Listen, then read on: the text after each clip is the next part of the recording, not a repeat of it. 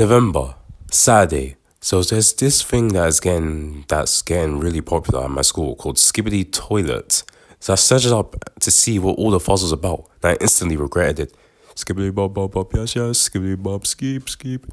Bruh. It was literally just a bunch of toilet walls with stupid heads. I don't understand how Riley called this a masterpiece ahead of his time. I seriously need to get new friends, man. Anyways, I'll go to Riley's house tomorrow to talk about this. It is unacceptable. Sunday. So I went to Riley's house, but when the door opened, it wasn't Riley, it was his mom. So I told her what her son was watching, and I doubt Riley had a happy ending.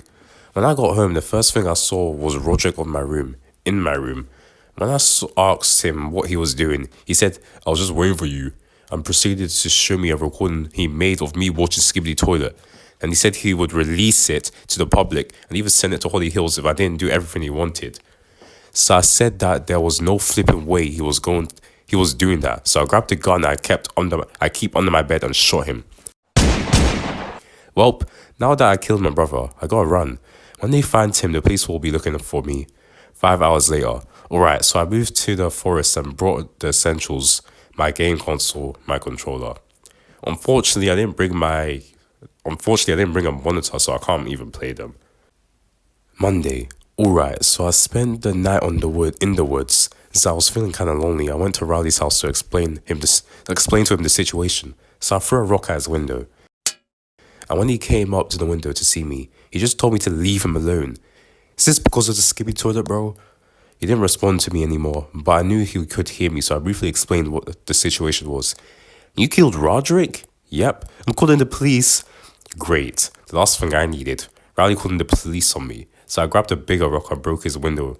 Anyway, I started to run because I could already hear the police sirens. I have to stay at a place to search from all species. And I knew the perfect place.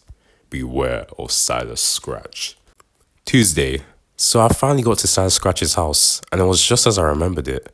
Luckily for me, Dad put a TV back when he actually used the house, so now I can play Twisted Wizard.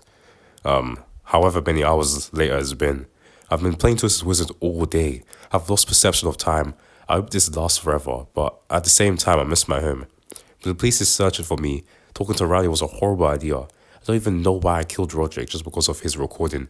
Wait, the recording! I have to burn it!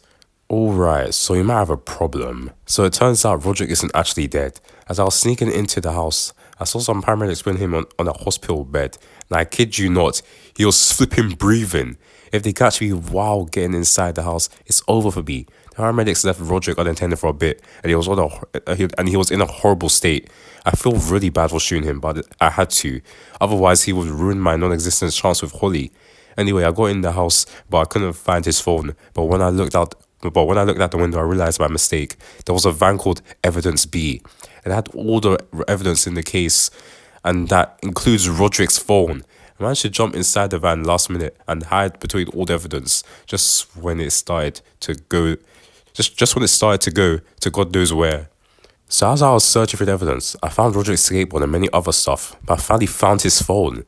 But I didn't have the password, so the only way of deleting the footage is by breaking it. Using the skateboard, I opened the van's door and jumped skated until I got to Sarah Scratch's house.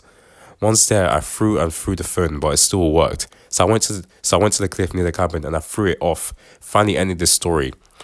Or so I thought until I heard footsteps, and when I turned, it was the police with Rowley as their lead. But most importantly, Roderick was there, but he was paralyzed, didn't have an eye. I don't think he can even think.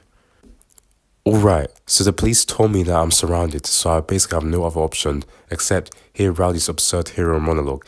This is what you get for disrespecting Skibbity Toilet and paralyzing your brother. Now you will rot in prison for the rest of your life, Greg. And that's when I realized Rowley was right. I was going to roll away in prison for the rest of my life. So don't judge me for what I did. Goodbye, world. Rest in peace, Greg Heffley.